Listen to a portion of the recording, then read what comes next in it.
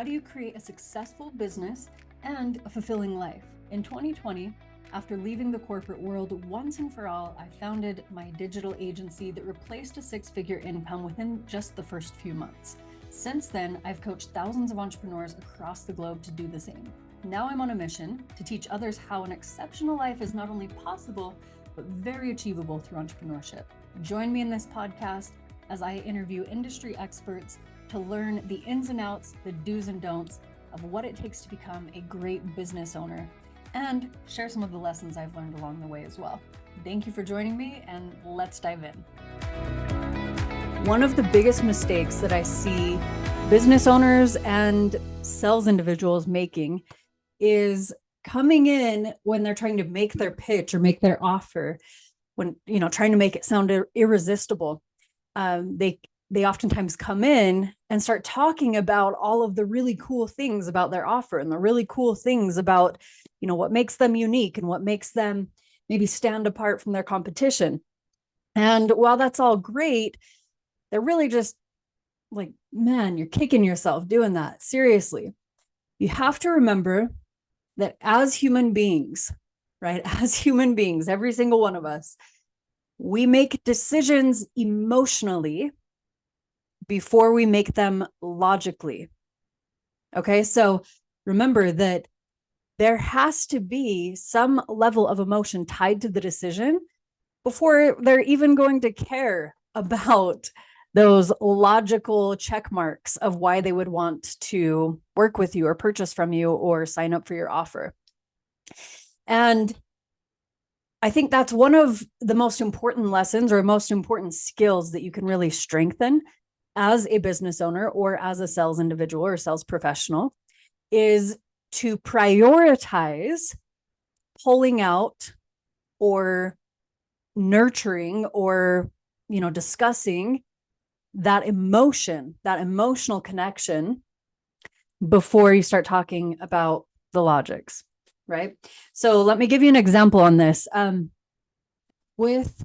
So I have the opportunity, as many of you, if you're listening to this, you likely know, I work with many entrepreneurs on a regular basis, helping them to grow and scale their businesses, and through their entrepreneurial journey.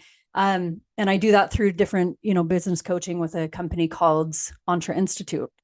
I also have the opportunity through my agency to work with a lot of business owners on a bit different of a perspective through marketing, but similarly, I see this come up a lot, and it's around that sales training, right? Around that sales conversation training. When I'm teaching on this, when I'm talking with, individuals about having that sales conversation or strategy conversation or the, discovery call, my advice is always that you're spending a large piece of that conversation. In fact, I would say at least 2/3 to half of that conversation in purely trying to understand exactly what it is that they are currently experiencing, what their pain points are, really digging in deep to figure that out, and also getting a clear idea on what that ideal outcome is that they're trying to experience or trying to achieve. Okay, when you're extremely, extremely clear on those two things, then you can fill in the gap pretty easily, right? Then you can start talking about the logic side of it pretty easily. And the framework for this really is something that, actually thinking about it, I have an image that just popped into my head, remembering almost 10 years ago when I was starting my enterprise sales career. I had just started in a position where I was responsible for a lot of revenue from an enterprise sales perspective for a company that I was working with. And so I sat down with one of the, at the time and even now, one of the number one mentors that I've had in my whole entire life. It is my dad, but he also has a career that he has been in enterprise sales for, as long as I can remember. He's an expert, an absolute expert. And I remember him grabbing a piece of paper and drawing this image for me that just, the light bulb clicked, or turned on, I should say. The switch clicked, the light bulb turned on. And it was this image explaining or illustrating how this process really should work and how to be the most effective with a sales conversation. And it's purely this. So if you're on YouTube watching this, you can see I'll kind of show with my hands here. If not, I'll try to be as descriptive as possible for those listening on the podcast. But guys, it's this. It's on the left side. So the video's flipped, I guess. So on the left side over here, we have the pain point, right? Really uncovering what the pain point is. And let me tell you this, a client that, them saying the pain point is like, oh, we really need to increase our number of leads, or them saying their pain point is like, if they're a life coach or you're a life coach, right? And your client is saying, oh, my pain point is that I really just want to be happier, or that I want to try to be more confident, or I want to try to have more success, right? That's not good enough. That's not enough of a pain point, right? You're not done yet. You've got to go down deep, go down into the layers, right? For a pain point for our marketing clients, right? For saying we need stronger leads, we need more leads coming in, right? That's not a strong enough pain point for me to use that as their emotional tie. Okay, that's the surface level. That's the main symptom of this, right? But what are the deep emotions that are tied to this? So you take that a level deeper. You say, okay, cool. Yeah, you're wanting to get better leads for your company. Tell me why. Why is that so important right now? Why is it so important that we're, really diving into getting more qualified leads? How are the leads that you're getting right now? What's wrong with them? Why? Right? How are you generating those leads? Is there a problem with that process? What have you tried in the past? What haven't you tried? Right? Getting down deep into the root of that. And ultimately, what I'm trying to find here is an emotional connection. Right? And this takes practice. It does, for sure. And becoming an expert with this, becoming skilled at this, is a muscle to strengthen. And the only way that you can strengthen it is through repetition. So you have to be okay with getting out there and sucking at something new so that you can strengthen this muscle. Okay. That's number one thing that you've got to be okay doing, is putting yourself in the uncomfortable situation of having these conversations repetitively so that you can get comfortable with understanding how to recognize these strong emotional ties. Right. Okay. So I digress. I went on a little bit of a tangent there, but coming back to that example, right? If my prospect that I'm speaking with is saying like, yeah, we need more qualified leads, and I'm asking these questions, a scenario that it might lead down to that I would recognize, okay, there's some strong emotional connection here, might be something like, we had a really strong lead flow that we had being generated about a year ago. And what we found is that the leads that were being generated from that, from that channel were just not qualified. It was a lot of volume coming in, but none of them were really interested in what we were offering. None of them would really respond back to us. We didn't see a lot of engagement. And quite frankly, if we are not able to get some really qualified appointments on the calendar right now, in the next 3 months, we might have to look at downsizing our team. And that's definitely not something that we want to do. We want to grow the company for sure. And, have the volume to justify keeping our full sales team right now. Right. Okay. So that example is something that I've actually, had the exact conversation with a prospective client before. And there's emotion there, right? You can feel that there's emotion there from the business owner saying like, we don't want to downsize the team. We want to be able to keep our current team busy.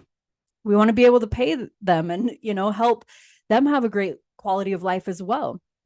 Right. So having that information, I might dig down a little bit deeper and say, wow, okay, this sounds like it's getting to a point that it's really serious. We'd love to help with that. But before I talk about what that looks like, talk to me first about where things are at right now. And in an ideal situation, what you want to be seeing every single week that would keep your team busy. Right? So pause for a sec. What I'm asking for is a very specific metric or a very specific outcome that they might want to see that would fix that, pain point or thing that they're dealing with. Okay, so looking back at the illustration here, here's the illustration, right, that I was talking about.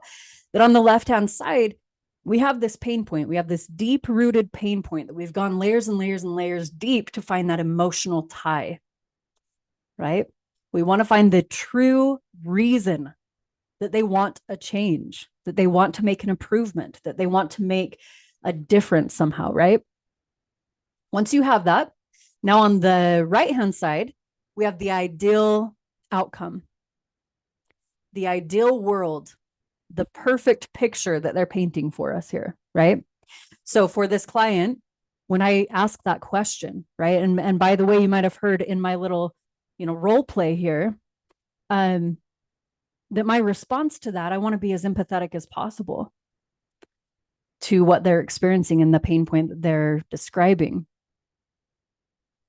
And in doing that, show that I actually care, right? And I'm not just saying this just to say this. Like, I want to get to a point in the pain point that they're describing to me that I really start to feel it too, right? I start to feel the depth of this, the weight of it, the weight of that pain point. And once I do feel that, it's easy to have that empathy, right? And it's easy to say, okay, wow, it looks like this is a really serious problem that you guys are faced with right now. So give me an idea, paint a picture for me in an ideal world. What would that outcome look like? And be specific, right? How many appointments, how many leads, or how many qualified appointments do we need on the calendar every single week to keep your team occupied and busy? Right?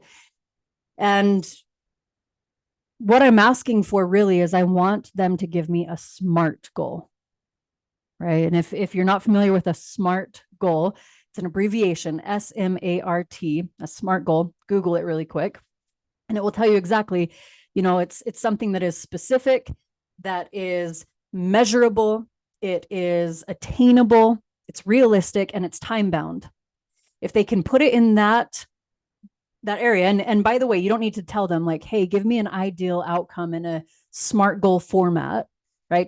You don't need to say that. Just guide them to the place of giving that to you, right? Guide them to the place of, so maybe my business owner here says, well, for it to make sense, they each need to be closing at least 2 deals per month. And if we calculate that, 70% of people are going to show up for that call, kind of reverse calculate that back, we would need, and I'm just throwing numbers out, I haven't calculated it or anything, but like, let's say that we would need at least 30 appointments scheduled per month for our full team to stay busy and be able to close that type of, quota each month. Okay, cool. Right. So I now have a measurable, attainable, realistic, and time-bound specific outcome that prospect has given me. Okay. So now I have two sides of the spectrum here. And this is the illustration that my dad drew for me 10 plus years ago. On the piece of paper, he had, the pain point, the ideal perfect world solution. And then once you have those two things in between is the bridge. And you may have heard of this. You bridge the gap, right? That's the bridge in between. So once you have those two pieces, you can then say, and this is where the bridge comes in, you can then say to your prospect, okay, all right, so it sounds like, as of right now, if there is not a drastic pivot that is made to the quality of leads that you're bringing in, then within the next 60 to 90 days, you're going to have to downsize the team. Is that right? And then you get a verbal yes or agreement from the client, right? Or from the prospect. They say, yes, that's right. And it sounds like, from what you're telling me here, if we are able to generate at least 30 qualified appointments per, I think I said per month for the team, that would solve this problem. And then you would be able to continue growing the team, continue keeping them busy and happy and fulfilled, and also bringing in new clients for the company so that you can have that, that growth. Is that about right? Did I repeat that back to you correctly? Right? And you want a confirmation from them. Yes, that's right. Yeah, that's right. Right. Okay. So then at that point, once I've restated it back to them, which psychologically is helping them know, okay, this person actually is doing the work to understand me, right? Because that's the number one problem that people have with miscommunication, with feeling misunderstood, is that they just feel like, this person didn't take the time to actually listen to me. They were just trying to shove their solution down my throat, and nobody wants that. Okay, so once you've done that work, you've gone through, you've made those different connection points, you've repeated that back to them in that format, then finally, then you can say, all right, so if I'm able to show you a way that we could create at least 30 or more qualified appointments on a monthly basis, would that make sense for you? And I can go ahead and walk you through and show that to you now. Right. And then they can say, yes, that would, or whatever. Right. And that is when you can start talking about the features, the benefits, the things that make you cool. Right. Because up until that point, there's no emotional tie. They have no emotional tie to your solution. So it's not going to resonate. Right. They might think, oh, that's kind of cool. Sweet. All right. Yeah, I'll make note of that. And, if I think about it later on and we have a need there, I'll call you up if I remember, right? But if you're able to effectively create that emotional connection and then bridge the gap, at that point, the most natural next step, if done correctly, the most natural next step is for that individual or that client or that, whatever it is that your industry or your profession is, the most natural next step for them is to move forward with that offer. Right now, I'm not saying that every single person that you pitch or that you go through this process with is going to be a great fit.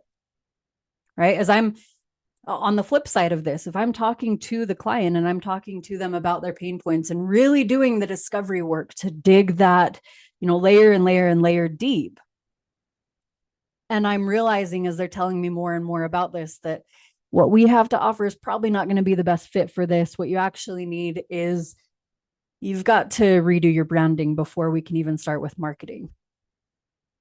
Right? Maybe that's the case. We got to solidify what it is that, the actual brand of your company is before we start sending traffic to your offer. If that's the case, then I'm just going to straight out say, in the pain points, when we're going through and that discovery work, I'll just straight out say, wow, you know what? It sounds like you're really working through a lot of different pieces in building up your company right now. I'll be transparent with you. Our offer is going to be most valuable when you get to a point in your business that you're ready to start bringing in more qualified leads. However, just from what you're explaining to me, it sounds like you are really looking for something that can help solidify the brand of your company right now. And I have a really great contact for that. I'd love to put you in touch with them. And then, staying in touch together so that when you get to that point in your company, we can help out. Right. And that really is that example of what to say there is really in respect of my time and their time, because it is Oh my gosh, I cannot tell you. It is not worth your time to spend an hour plus on a call, on a strategy call, or whatever it is with a prospective client that you know is not going to be a good fit, right? It's not worth your time. Have more respect for yourself and for their time as well, right? Cool. Okay. So I hope that was valuable. I hope that helped in creating a very clear process in how to have this, this conversation and make it as effective as possible. Hey, thanks for joining me for another episode of the Marketing Mastermind.